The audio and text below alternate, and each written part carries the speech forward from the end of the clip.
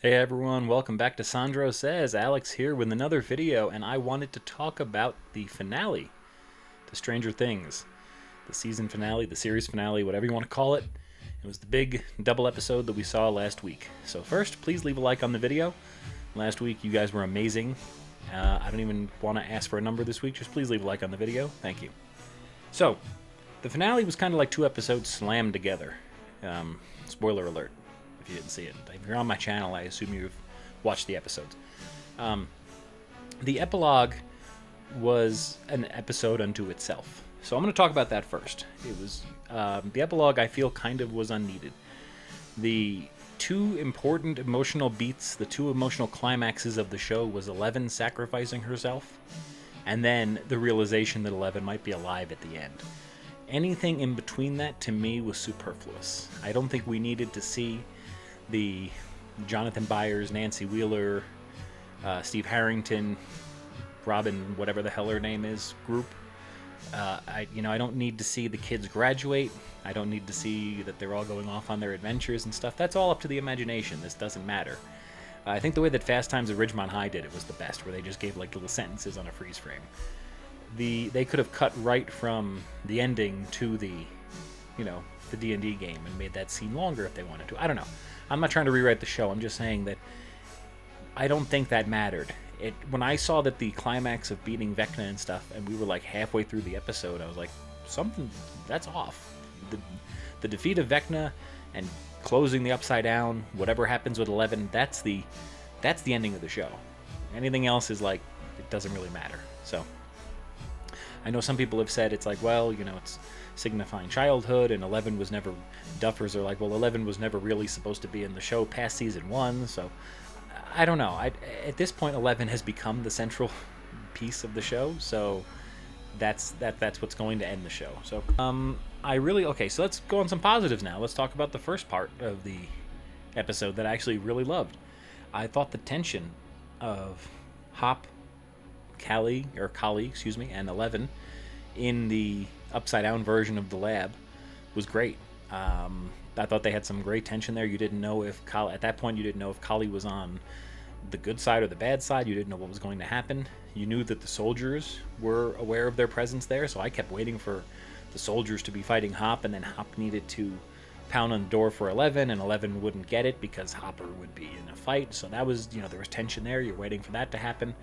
And then the Vecna mind games with Hopper, where for a second a lot of us thought, oh crap, did he really just shoot 11? I know they got me for a second of saying, well, how are they going to walk this back? So that was pretty awesome. I didn't understand why the Abyss was empty, necessarily. I know they're saying now that, well, Vecna didn't expect a attack on his home world. But the episodes did seem empty in general. Like, there were no demo bats the entire season. I know that when Vecna got lit on fire last season, they seemed to drop. But are they gone forever now? And then when you go into Dimension X, the Abyss, whatever it's called, there's no Demogorgons anywhere. It's just an empty, desert. It just seemed a little odd that he had so many at his disposal earlier, and then none. My thought would be that he was so caught up with his powers making the spider come to life that he didn't have time to focus on that. That would be my best guess. Not that the Demogorgons just didn't expect. That makes him sound pretty stupid, in my opinion. Or that Vecna didn't expect an attack on his home turf, because expect anything at this point. This version of the spider monster felt a little weaker than the one that we saw in season 3 when it was just made of flesh and goo.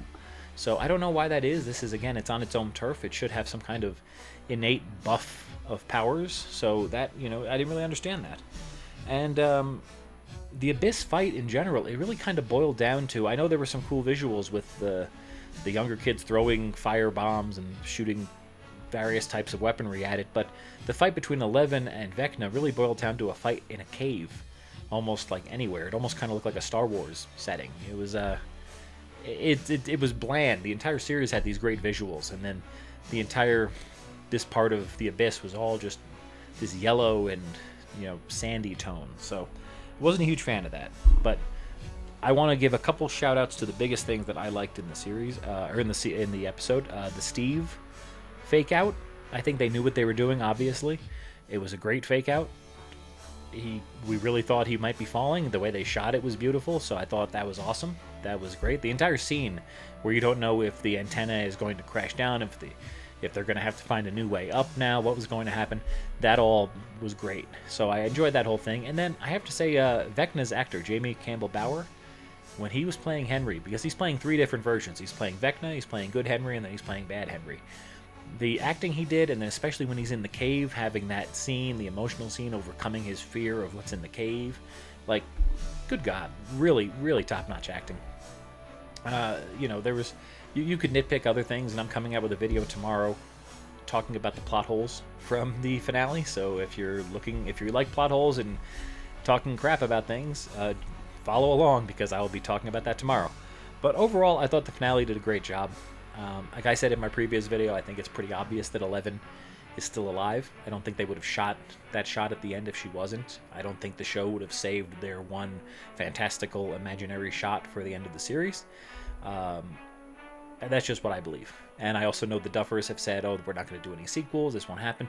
I think they only own it for a couple more years, and money talks. So, in 5 or 10 years, if people are asking for it, and there's enough money, and the actors want to get involved, or if new actors want to get involved, there's something to be done. So I wouldn't close the book. I wouldn't close the door on the Stranger Things in this universe yet. So, all right, let me know what you thought in the comments of the finale. Please leave a like on the video, and I will see you next time here at Sandro Says. Take care.